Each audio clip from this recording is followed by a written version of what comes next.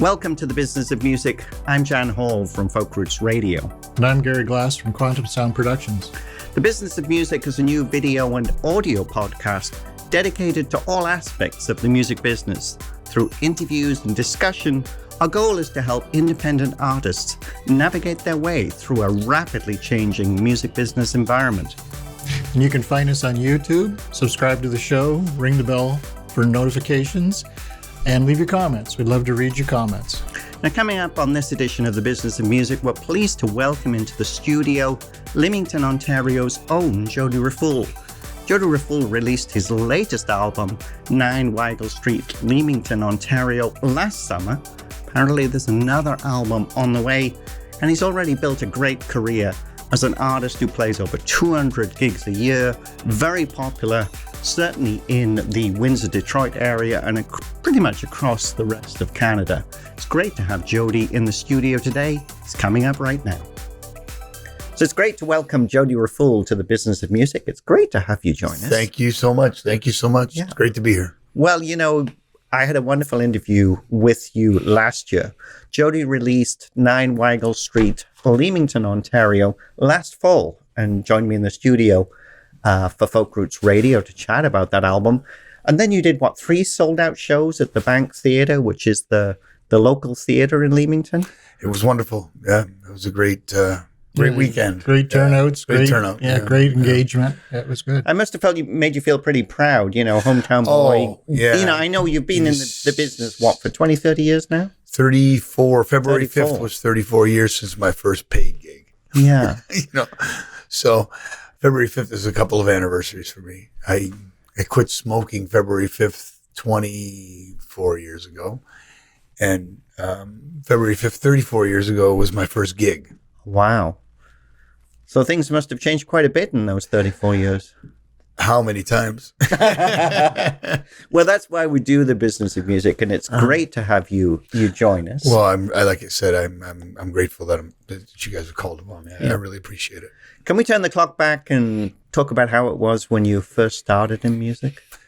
Yes. When we first started in music, you heard about record deals. You heard about the whole... It was all labels. Atlantic Record giving you $2 million up front, and they only recoup their money from album sales. Well, everybody wanted a record deal. Sure. and if you happened to get one, most of the people, spent their money foolishly, acting like rock stars. And then when push came to shove, they realized they didn't really own everything that they thought they owned, and they didn't really have everything that they thought they had. As far as money in the bank that's yours, and for example, they used to give you a quarter for each album sold, and they would recoup their sales or the money that they gave you up front off record sales, and they wouldn't touch your live stuff. They wouldn't touch your merchandise, and then the introduction of the 360 deal was in the mid twos. They were, 2005, 2006. And a lot of old school people were taken aback. No way, you're not going to get a little bit of everything I do. Are you crazy? It used to be this way. Well, now it's the norm. We actually turned down a record deal when we did this whole Bon Jovi thing. When we won this Bon Jovi contest, they actually offered us a record deal, but it was the introduction of that 360 deal where they get a piece. So they had a piece of everything. Yeah. And my British manager at the time, I'll never forget, Tim Brack, was like, "We're not taking the deal." It's like, "We're not taking the deal." And he's banging his hand. We're not taking it. Well, I know he had my best interest at heart, but others in the camp thought he was foolish. But Tim had my best interest at heart. It was an ever Evolving. It's an ever evolving thing. They change. The business changes all the time, as though the tax people after them, they have to change it all the time. So when you first started off, were you on a label at the beginning then, or? Not at the beginning. I had 2 separate deals. I had a publishing deal with Universal, which was kind of a cool deal, and I had a record deal with Shoreline EMI, which was kind of a small deal. Shoreline had Nickelback, and then sold Nickelback to Roadrunner, and then the month later, Nickelback flew. Which is when I guess that's the way they look at it. You know, I mean, it's very much them almost betting on your career, right? When they say, okay, we're going to give you this advance to, Exactly. On a 2 or 3 album deal or whatever. Mm-hmm. They want to, that whole idea of, well, we got to make sure that we recoup the money we've laid out on you. Yes. Do you think it was much easier to understand your place in the music business when you first started? Maybe, but I was much sillier in so many ways. So it kind of evens out. You know what I mean? Yeah. You're wiser now, but there's no place for the 51-year-old man in the business today. Or is there? I mean, there is, to me, I'm blessed that I can go out and play and make money, and feed the family kind of thing still. And actually it makes for, in my opinion, a better product coming from me, because I don't have anybody telling me what I can or cannot record. So there's a lot of but yeah, back then it would have been easier. I wish I could take what I know now, right, and bring it into back then and bring that back up today. Yeah. What do you consider your big break as far as the business is concerned?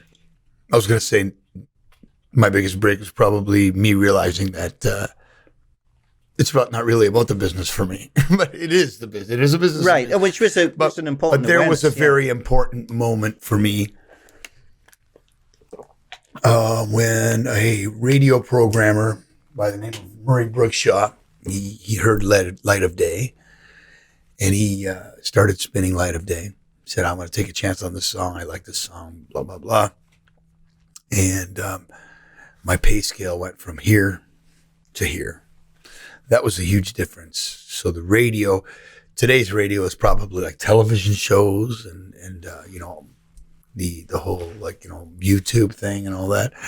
It's probably more powerful than the radio. But back then the radio dictated, if you will,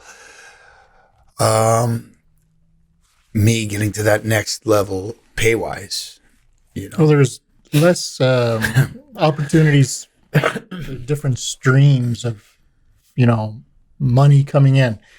I mean, radio dictated it. And once you made it on radio, well, you were good. But nowadays, radio, internet, Spotify, Deezer, there's so many different options. Yeah. And they're working it out. Now what you want when it comes to that stuff is to get your face on New Music Fridays, get added to as many playlists as possible, because then I know that from my kid, that's what they used to right. Because you have stuff. Both your sons, yes. Billy and Peter are both now. Yeah. Billy's building careers. Yeah. Right into the business end of it right now. And Peter's just starting off. He's been signed for a year now. That's right. Because I think Billy's on Interscope and you said Peter's on Atlantic. Atlantic, right? yes. Yeah. But I mean, Atlantic these days must be quite a lot different from the Atlantic. It is. It is. But they still have some major artists on their label. So I mean, I think Ed Sheeran's on their label. That's a pretty big one right there. But I'm not sure. But yeah, they've got quite a few major artists, and the whole priority, the whole ladder thing, it still exists. Who's first? Who's next? Make sure that everybody there gets their people, all their stuff first. So it's kind of like payables still. So it's kind of like the way it always was. It's just the Wild West. The way Not that quite the money as wild. comes in is different. Yeah. We're in Kingsville, Ontario. We're about an hour away from Detroit. That probably must have helped your career quite a bit to have, be so close to an area of the U.S. that, is renowned in the music business. Well, and let me tell you, it's even more underground great right now than people know. There's a lot of soul in Detroit, a lot of hardship, a lot of people trying to bounce back, and there's a lot of great musicians. So in that way, I got to mingle with a bunch of super fantastic musicians over the years. I've been, legally working in the United States since 1997. Or early 1998. So 21 years, I have status over there, and I have met some of the finest musicians I've ever you know, and my whole band is from Detroit, you know, so. And you play over there pretty often, even these days, right? Absolutely, yeah. I'm still having to do over 200 shows a year, you know, just to keep it right at home. I got 3 young ones at home yet, you know. So how do you balance music and family? I mean, I guess is that part of the realization you had that? That's a great question. Yeah. I mean, you know, when I have the exact answer, I'll be sure to tell you. No, I mean, you learn from, you know, if this works, this doesn't work, this doesn't work. It's just everything is experience. So you've had the advantage of building an audience close to home. Yes. So like going to Detroit, Windsor area, Southern Ontario. I'm sure you go further into the States too. And but it keeps it close to home. Yeah, the big fish in the little pond thing. It actually, you're right, 100%. I mean, I've had that advantage, and I've been lucky enough to, you know, have guitar, will sing Beatles. I mean, that's what makes money, right? People, you got an acoustic guitar, you get out and you sing songs that people know and people love. But you've managed to build it both ways, right? Exactly. Because and then you take your passion because you've had a few, you know, you've had a little bit of success. Now, like for example, the last record, I recorded that whole record in my house. It's actually 2 records, and I released the first one and I released the second one. That was all, you know, I was able to make a little bit of money, enough to make my own. Of the 6 records I have, you know, I've only not paid for 1, so I've paid for 5 myself. So, you know, another advantage of you know, the elbow grease, you know, it's there's something for it, you know. Do you ever wish that maybe you'd pushed more? You know, Gary just mentioned the fact that, you know, you've become very well known in Southern Ontario and, you know, the borderlands, Windsor, Detroit. Do you ever wish that maybe, you know, you'd been pushed to try and go more national, global with your music? I have thought that, Jan, for sure. You know, but I certainly don't think that now, because I think that everything that's happened to me, you know, there's a reason for it. And everything that's happened, you know, and my children are able to see the path a little clearer, and they're probably the most definitely set up more for it than I was. I think I had, at the risk of sounding big-headed, I think I had the tools, but in the songs, but, you know, I don't think I was set up for the, you know, in my day when I was younger, you know, because they still say it's a young man's business, right? Young person's business.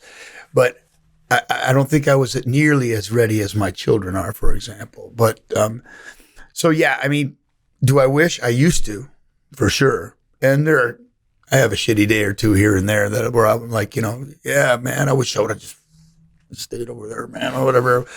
Like when I was in LA when I was Billy's age, but Billy was in his mom's tummy, you know. I made the choice. I think I made the right choice. Looking back on it, you know, but do I wish some days? I definitely used to wish I would have done things a little bit differently. Yeah. But I guess a lot of that comes down to the team, right? Is getting the right team, people to work and with. Experience enough to understand and having the confidence. I have a lot of confidence now. No pop star in the world. I don't want to be another pop star now. Maybe Lennon. But you know what I mean? I don't want to be another pop star, you know, like I would rather represent Jody Raffoul from Essex County and go into the ring against anybody, really, to be honest with you. I'm not afraid to jump on a stage in front of the who I love. You know what I mean? Yeah.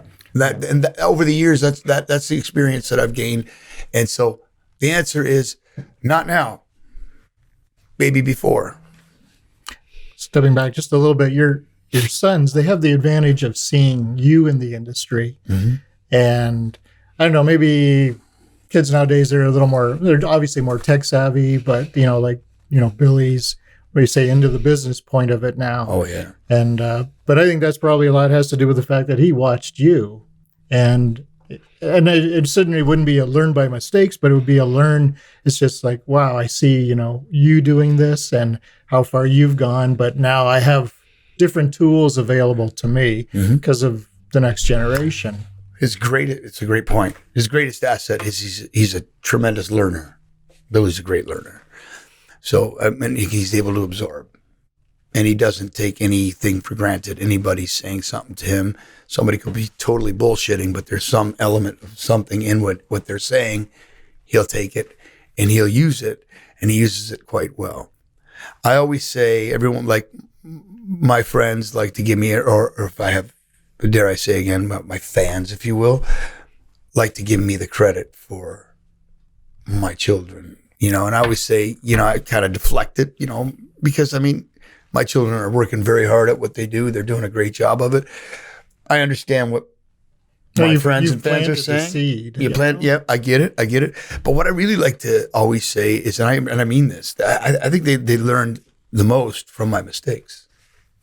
They know what not to do, and they didn't rub it in my face. Oh, you did this, you did this, you did this. No, that makes them smart kids. Yeah, I'm fortunate that they're pretty sharp. But over the years, I think, one of the things, you mentioned your fans, you've picked up a pretty good fan base over the years. It's been wonderful. To put in, we probably could have done another show, which would have given us 1,200, people. That's and that's cool. Locally, right? That's locally. Yeah. Yeah. And we got this other show coming up, Canada Day, big show down at the amphitheater. At the amphitheater in Leamington. That's a built-in crowd. And that's a free show. And that's a built-in crowd of over 5,000 people. Yeah. Like I think last year they had over 5,000 people at Fireworks Day. It was pretty busy. Yeah. But the fan base that you've collected over the years, they've stayed with you. Absolutely. And they're wonderful. Yeah, and you build a real rapport with them. It's amazing. I've been doing residencies at two places. One for 15 years in Detroit called Gilbert's. I started off on Tuesdays. For the last 10 years, it's been Thursdays. 15 years. And we set up the whole entire band in the corner. You'd appreciate it. We do a lot of Who. Anyway, we set up the band in the corner, and it's like, it's not the proper place to see a group, but the same 120 people. I'm not kidding. They're there every Thursday. So it's kind of therapeutic for them. And it's awesome for us. And we all know each other pretty well. We'll stop right in the middle of the song and say, wait a minute, that doesn't go like this. Something goes like this, start laughing, whatever. And, it's wonderful. It's our practice. And another one on Tuesdays, called Brownies, and we've been doing that one for 9 years. So, 8 years, so it's like, as a matter of fact, that starts up tomorrow. That's seasonal, but the other one's all year. What do you think makes the difference, though? Is it the fact that you commit to, like the residency situation? It's a job. Yeah, that you're going to be there and you're going to be on every time. We love the job, and it resonates for sure. People see that you're up there having a good time. You're pinging the tuning fork inside of them. You know what I mean? They can feel it. They sense it. And, and if you're having a shitty day, they sense it. And that rings true with people too, Mm-hmm. I'm here with you too. I'm not going to enjoy the good times and ride the bad times, Do you think it helps the fact that you have managed to develop your own persona? Without a doubt. You've been known, I think people have said, well, oh yeah, Jody Raffoul, he's like Canada's Bruce Springsteen. People have suggested that your voice is almost a mix between what Bruce Springsteen and Bono was. Mm-hmm.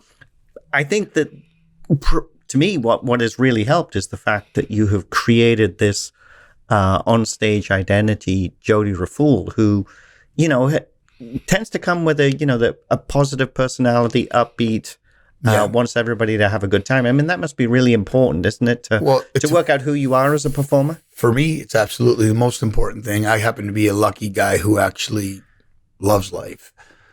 Some of these talented people, they just hate everything in life. They're so pissed off at everything. Yeah. Well, at the bank, when you did your shows, I was there, and you could see you were having a great time.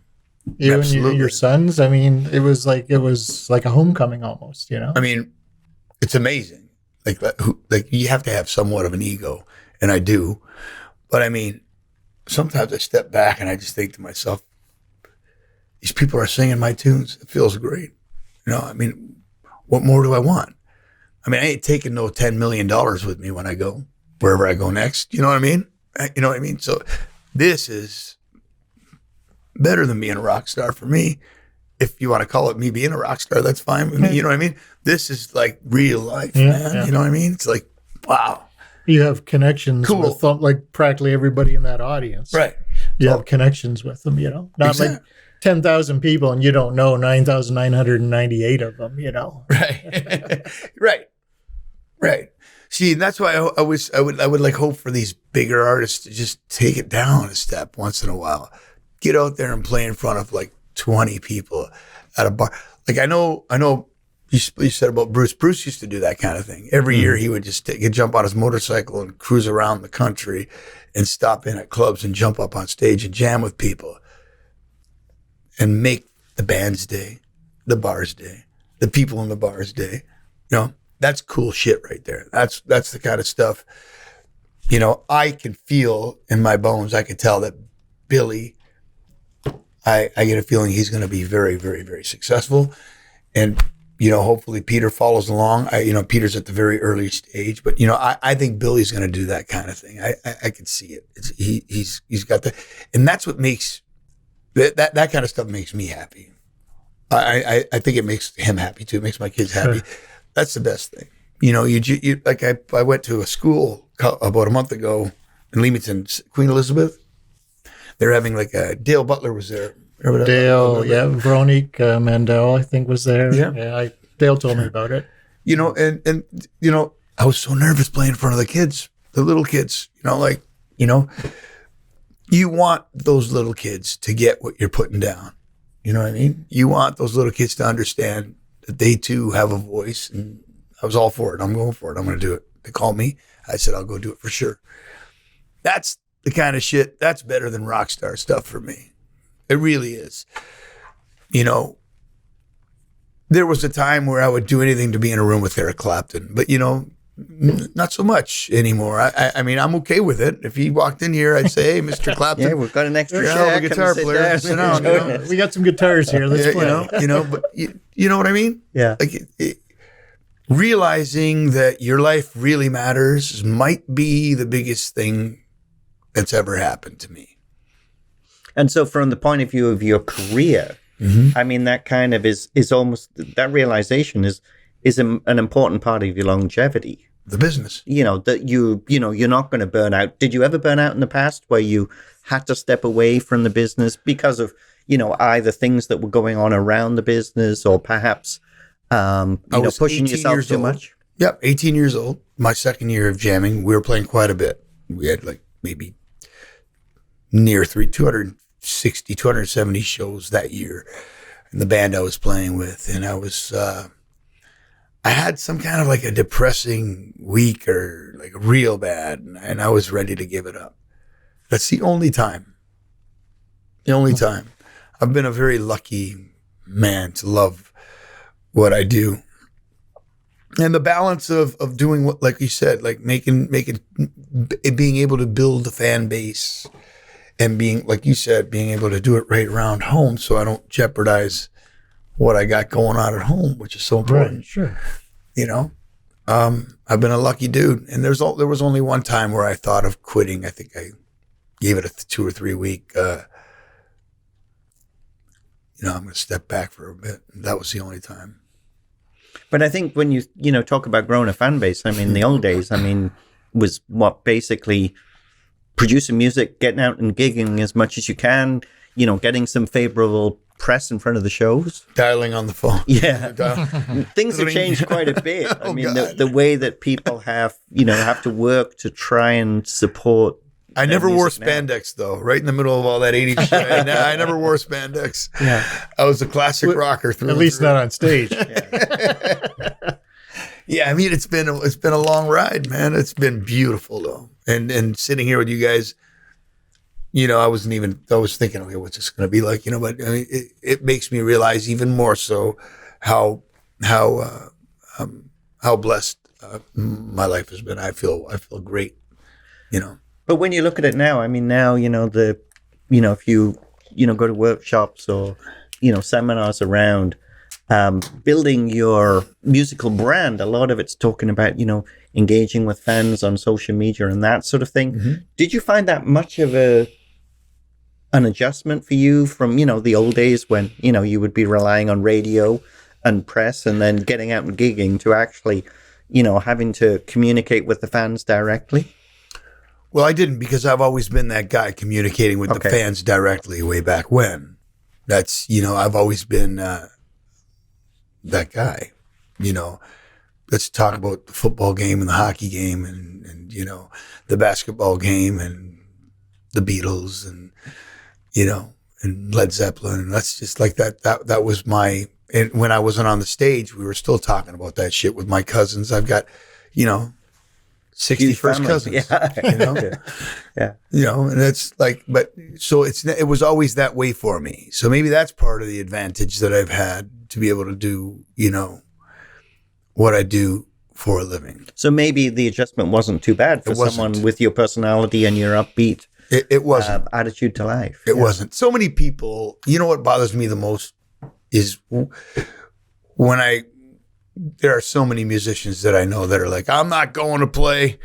They don't want to hear my songs. I don't want to do it. It's like, dude, I mean, the Beatles were playing Chuck Berry music and that's what they wanted to play. And they were the Beatles. You can play a cover song. You can get out, you can get out there and get to know people through your music. I'm not going up there and I sit in the closet and play this great guitar, and you know what I mean? But, it's like, there are people that are jaded by the music business that have never really even been near inside the bubble, that are jaded, but they're extremely talented. But you got to walk them in. Come here. Come on.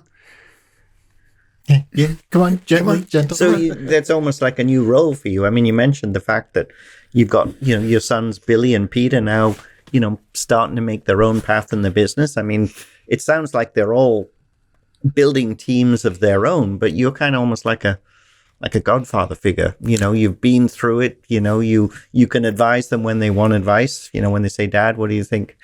What do you think about this deal? What do you think about they're doing with this? Yeah, like I come home. This hasn't happened for a while because Peter's been away for a whole year now. But I can remember coming home the last 5 or 6 years, and his friends are in the back shed. They call it the Hib, the house and back. They're all back there having beers and playing music and whatever and having a good time. And I would show up in there and I'd walk in and they would treat me like a godfather of sorts, and I'm not going to lie. It felt great.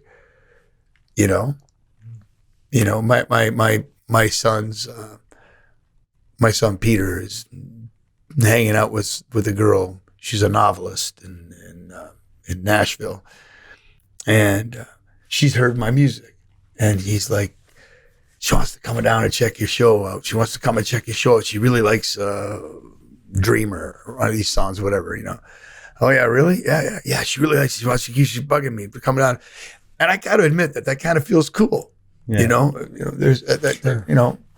Yeah, it was like we talked about before with the shows you did at the Bank Theatre in Leamington last year when you had your sons doing Jody Raffoul songs. That was kind of cool. Make you feel really good. Yeah. I mean, and to hear Bill up there talking about it, and then Pete doing what he did, talking about how this song meant something to him. Wow, man. I mean, how proud can you be? I mean, that's the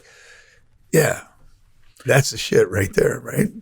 But what about things like social media? I mean, do you find that, people would say, well, you've got to do social media, you have to engage with your fans as much as possible. Do you find that has been an easy adjustment for you because you're comfortable with people? Yes, it has. And also I have a young manager who works with me right now. He's happens to be really good friends with my sons. And he's the same age as they are. He's a real go-getter. He's a social media whore. Anyway, sorry. Yeah. You have to throw out a word here and there. Anyway, he's fabulous, you know, and he's got all this Instagram shit and all that Facebook stuff. Push this button, push that button. You know, no, I mean, of course. I mean, I've never read so much in my life because of social media. I read now. I never used to read the newspaper. You know, everything I learned on the street for real. And you know, I wish I would have learned a little bit more in school, but you know. Yeah, it was an easy adjustment because my children were right involved in helping me out through that. You know. So what's your view of the new music industry, like streaming? I mean, how does it affect you? Well, I mean, my all my first 5 records, soon to be the 6th one, are all available online, yeah. And I'm able to see, thanks to a great company like SOCAN is fantastic. SOCAN is very helpful. If I call SOCAN, I need a question answered, they answer it. No hesitation. You're not talking to some computer. It's pretty cool. SOCAN's amazing. Like you must have sales. Yes. Now, yes. So what about so sales? I'm starting to see that come through. It's starting to I'll generate every 3 months I'll get a check, and sometimes it's good, sometimes it's not. And have you gotten on some of these playlists for streaming? Like, I mean, have you gotten lucky? Really? I have not gotten on the playlist for streaming. Billy most definitely has a few times now, but he's got that big machine behind him. Sure. You know, I don't have the big machine behind me, and I'm okay with it. You know, but there are those rabid fans that are like, man, how come this song isn't on the radio? How come this song isn't in a movie? This song needs to be in a movie. You got to do something. You got to do this. Well, believe me, I used to think that too, you know, but, you know, Interscope Records is not going to come and say to me, hey, Mr. 51-year-old guy, here's a record deal. Even if Billy Raffoul's my kid, you know what I mean? Like, they're not going to, you know. No, the industry's always looking at the younger, upcoming generations. Exactly. And new talent. Although I do think that I can maybe get a publishing deal because of the back catalog. You know, I've got You got some really strong songs there. Yeah. Thank you. Yeah. You know, but, you know, a publishing deal would be cool. I don't have to be in the club 200 nights a year. You know, that would be cool. And I'm never going to stop performing, you know. Dig the hole when I'm stopping. I don't want to stop performing for nothing, you know. Sleep when you're dead, right? Right. But, you know, certainly with when you talk about the big machine and some of these, I mean, even though the labels have changed and their deals have definitely changed, they do have people. I mean, now they have, you know, account managers whose role is to, you know, you're the one that speaks to Spotify for us, you know. Absolutely. You know, we want to get Billy Raffoul onto, you know, this playlist. How do we get on? You know, if it's a Friday or something like that. I mean, you know, it's funny how, although it's different from the way that, you know, an album being released into a Not record so store different after or all. radio, it really isn't. Right. Except the amounts of money that people get back from it is quite dramatically different, isn't it? Yeah, it's different, but it's changing rapidly, right? Yeah. Oh, we were talking a little bit about this earlier, right? I mean, like, priority 1 is still priority 1. Priority 2 is still priority 2. Yep. The business has changed, but still, you know, there's still that pecking order. But different. Right. Yeah. Where do you think it's all going to end up? I mean, you know, a lot of artists have complained that, you know, what they're gaining from streaming is nowhere near what the companies are gaining or all of the other people in the other layers that exist.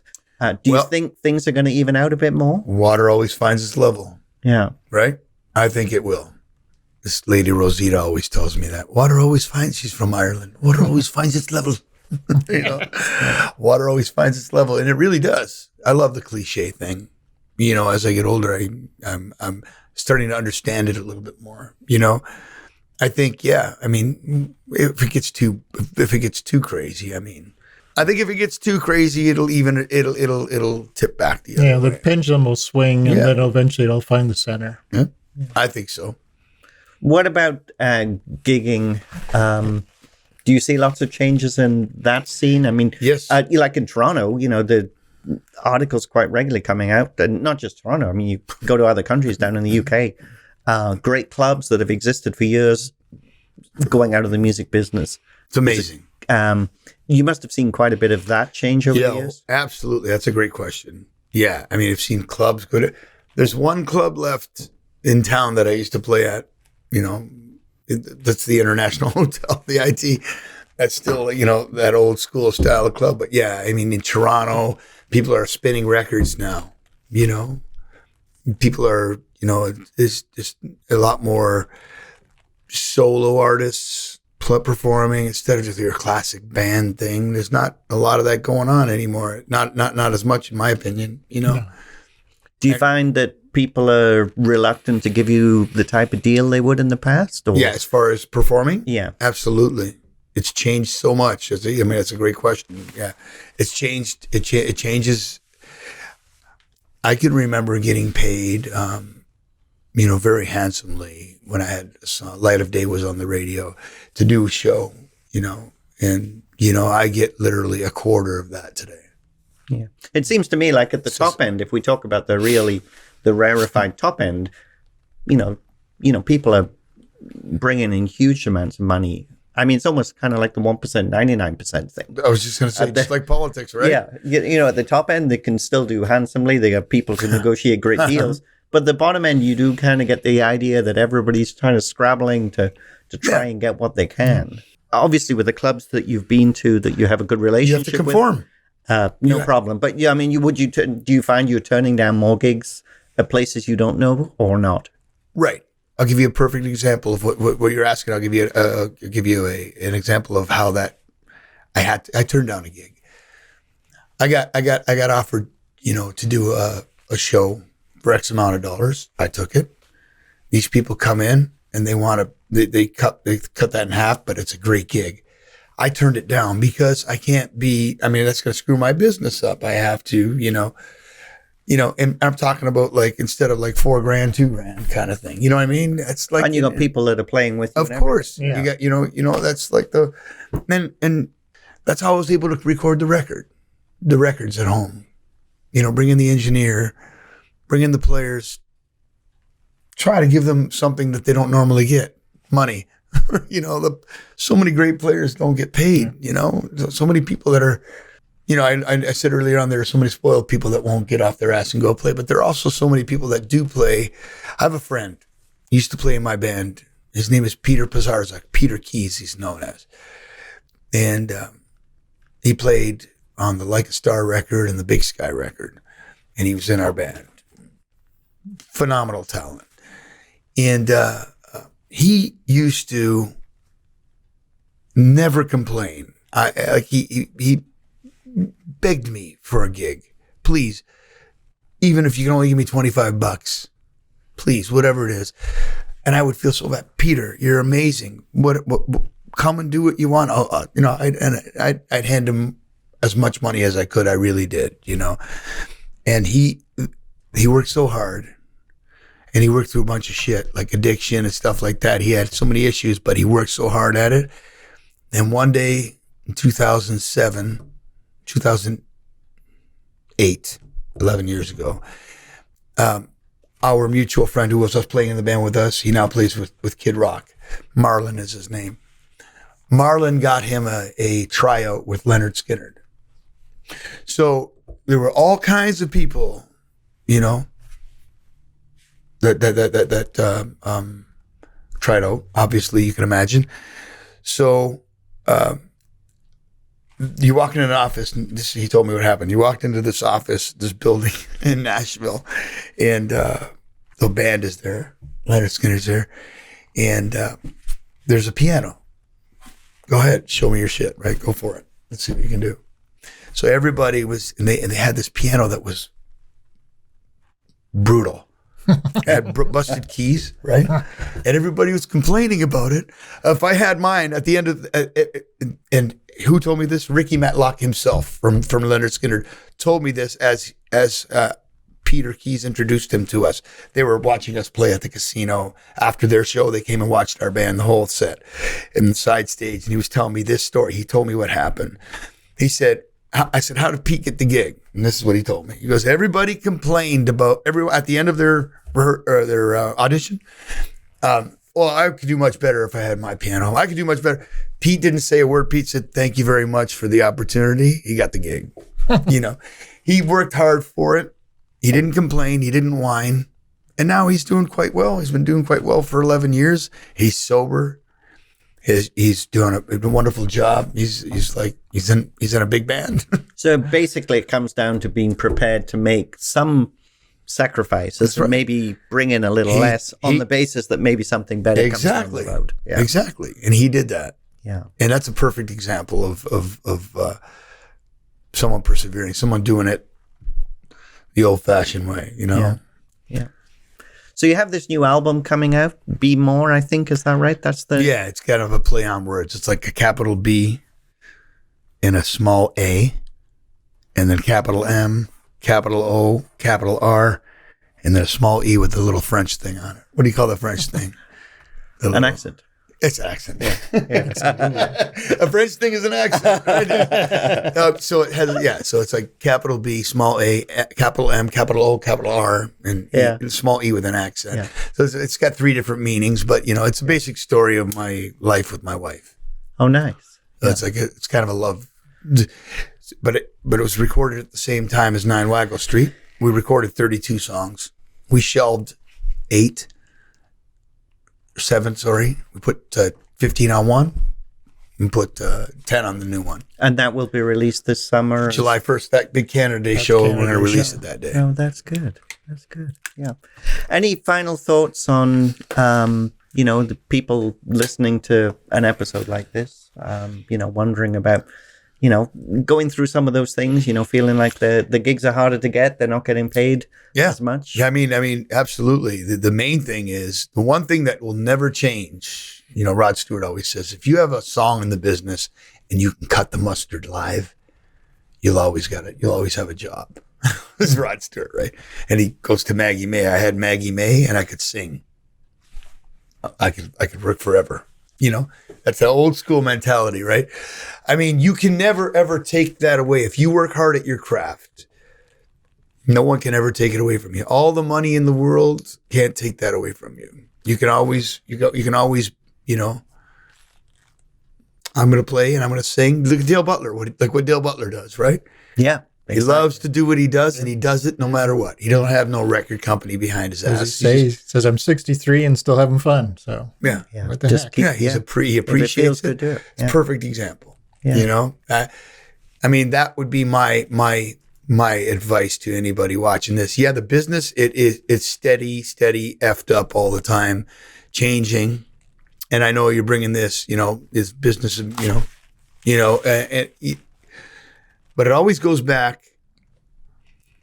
to I was going to sing a Paul McCartney song. It always goes back to the songs we were singing at any particular time. It always goes back to the music, right? The music is always bigger. The songs are always bigger. It's not, money. Yeah. So, I mean, if you are feeling, you just keep working at your craft and it'll make you happy. Okay, well, we're going to switch it up a bit, and we're going to do a little thing we call Around the Table. All right. And we ask you a few questions and get your responses, and sometimes they're hilarious, and sometimes they're even more hilarious. Oh, shit. And coming from you, they're going to be very, very, very hilarious. Oh, my goodness. So first question we have for you is, best gig ever. What was your best gig ever? Or was there just so many you can't pin one down? Well, there's been nearly 7,000. Yeah. One that sticks out. Best gig that I liked the best, or the one that the one that used to, the one that you just your mind goes to it immediately. Mm-hmm. The Bank Theater show when the kids were on stage with me was I'm proudest of that. Great, yeah, and they were good shows. Thank you. Favorite venue you've played? Some little bar tucked away in a little town somewhere. Well, or some big venues. There's been some great venues. I played Giant Stadium, but I mean, it's not my favorite venue. No, that was like the biggest. But venue. it's the biggest. It was impressive, no doubt. And it was impressive, to be there. But my favorite venue, probably the one you play every Thursday. That's pretty great. But I always liked the International Hotel. And you played there recently too. Yeah, we do afternoon shows there. Yeah. They're age appropriate. Do you find that that you don't want to do so many of the late night shows? Absolutely. Yeah. I'm done at midnight. I can come home and have a drink. Yeah, I don't drink when I play. It's been 3 years since I've had a drink while performing. So I'll wait till I come home and have a nightcap and watch Sports Center. So what's the funniest thing that's happened on stage? Oh God. I was putting on stage with you remember the Spin Doctors? The band, the Spin Doctors. Yep. Barron, I think his name is the lead singer. And I was playing the piano and I was inebriated, to say the least. And I had the Elton John, he had these Elton John glasses and he come up behind me and put these Elton John glasses on me. That was pretty funny. And then he was walking away and he slipped and fell. It was really funny. Yeah. I mean, that comes to mind. That was a pretty funny time at the Magic Bag in Ferndale, Michigan. When you think about all the influences on your career over the years, is there somebody that comes up as being maybe the person that you would say that was the biggest influence on my career? Well, the Beatles for sure. But outside the Beatles, my uncle Morris taught me how to play guitar and taught me how to sing harmonies when I was quite young. Sing harmony here, stop. He was patient enough. He saw me, when I was a kid, to see a guitar was incredible. We never saw a guitar. I'd look on the porch. My uncle's got this guitar in his hand. I was like, shit, I'm going over there and sit beside him. I was 5. He was 15, 16, and he was playing, and he was teaching me how to sing harmonies with him. So at least once a week, if not twice a week, and I'd wander over to my grandparents. They live right next door. And he'd be up in his room or down on the porch playing the guitar, and I'd look at him. He'd give me the old, come on home. Yeah, sometimes there was once in a blue moon where he would, he wanted to be alone, but most of the time he'd be like, come over here, and he taught me. So he'd be the biggest influence. And your family must have been really supportive generally, right, when you were young? Supportive how so? Well, musically, were there people that ever said, Jody, don't go into music? Did anyone ever say that to you? Well, yeah, they didn't understand it. Yeah. Like my parents came here from Lebanon in 1958. They were 10 and 11.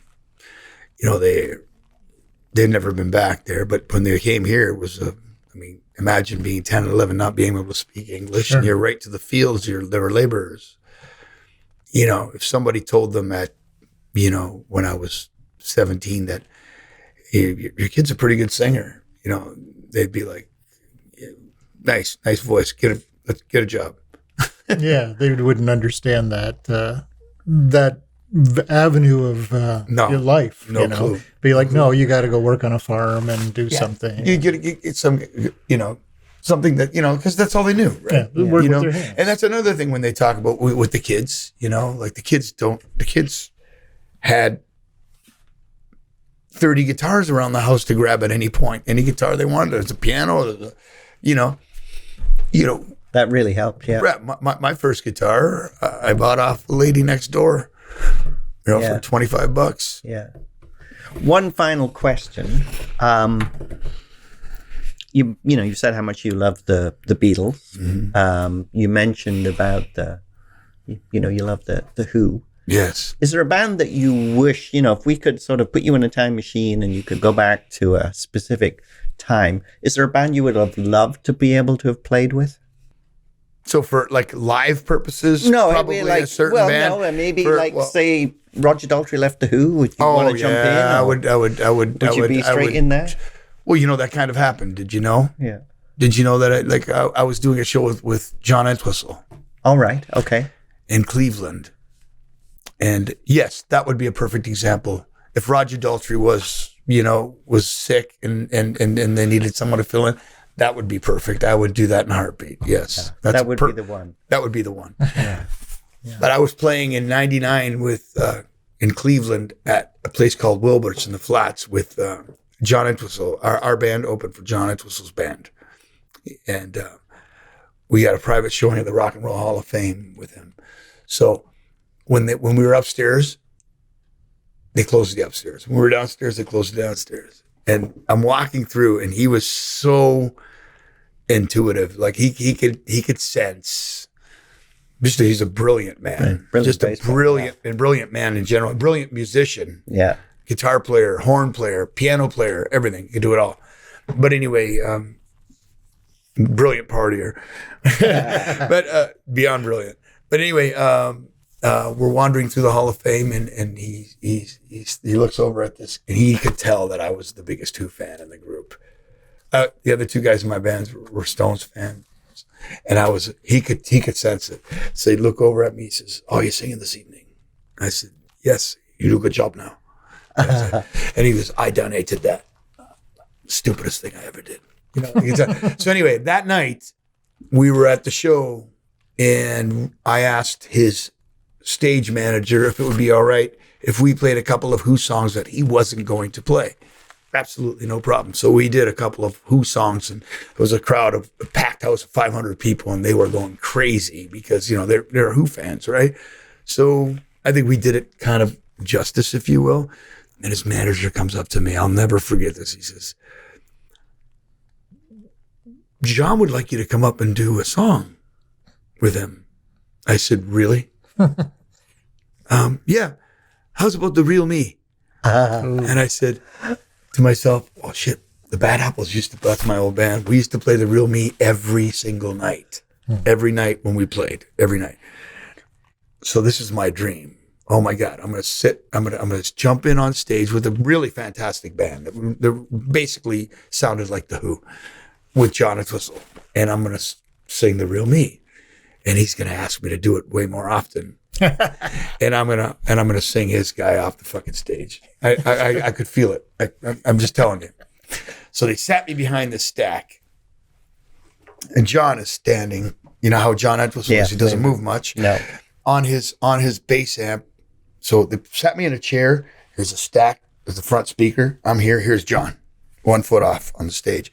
He's looking over at me every once in a while, giving me a wink, grabs a cigarette, takes a puff of his cigarette, puts it in the ashtray. "He's going to call you up probably after the 4th song." Okay. So I'm sitting there waiting. I'm thinking, man, don't words up. You know the words, right? Can you see the real me? Can you see the real me, right? Well, the show goes on, and he doesn't call me up. And the stagehand comes up and goes, his road manager goes, "I'm sorry, I don't know what went on." No problem. So I have this Martin guitar I want him to sign. So I get up can you take me on the bus? "Yeah, no problem. Absolutely. Come on, let's go." So I get up onto this bus, and there he is. He's sitting there with 2 women that kind of look like Martha Stewart's younger, more attractive sisters, I would say. You know, anyway, and he's looking over and he goes, "How are you?" I said, "Yeah, I'm doing all right, man." He doesn't remember me. He seriously doesn't remember me. I can tell he doesn't, you know, because I too have been around a lot of people, you know. He's like, "What's your name?" I said, "Jody." He goes, "Why don't you want me to sign this beautiful guitar?" I go, "Because you're John Entwistle, man." So, "Really? All right, man. Wonderful to meet you. I just spent an hour and a half with the guy at the Hall of Fame. He was asking me if I was singing. He asked me to come up on stage with him, and then yeah, like he did a lot of drugs. Yeah. You know, he was known as the Ox for a reason. That's why they called him the Ox. You know. Yeah. But that's funny that you asked that question. That's a true story. That was a great story. But how he could just like boom slip. You know, with so many stories like this, are you ever going to write a book about all these experiences? Yes. Yeah. As a matter of fact. Oh, very good. Yeah. I've heard that question and I've heard that answer before too. Yeah, I'm going to for sure. Yeah, I'm actually working on it right now. You know, with a friend who's a better writer than I am, but I'll write the book. Oh yeah, he'll just fix it up a little bit. You know, yeah, a lot of great stories. I mean, you know, a lot of great stories. Yeah. Oh yeah. Over the years. Jody Raffoul, it's been an absolute pleasure to have you join us today. It's always a pleasure. You're awesome. You're awesome. It's been great. Thank you guys so much. It's been great. And that's it for The Business of Music. I'm Jan Hall from Folk Roots Radio. And I'm Gary Glass from Quantum Sound Productions. And remember, Business of Music, we'd love to hear from you, wouldn't we, Gary? Watch us on YouTube, subscribe, ring the bell. Podcast goes out on SoundCloud, and you can get that any place that you can get a podcast. And we'll see you next time.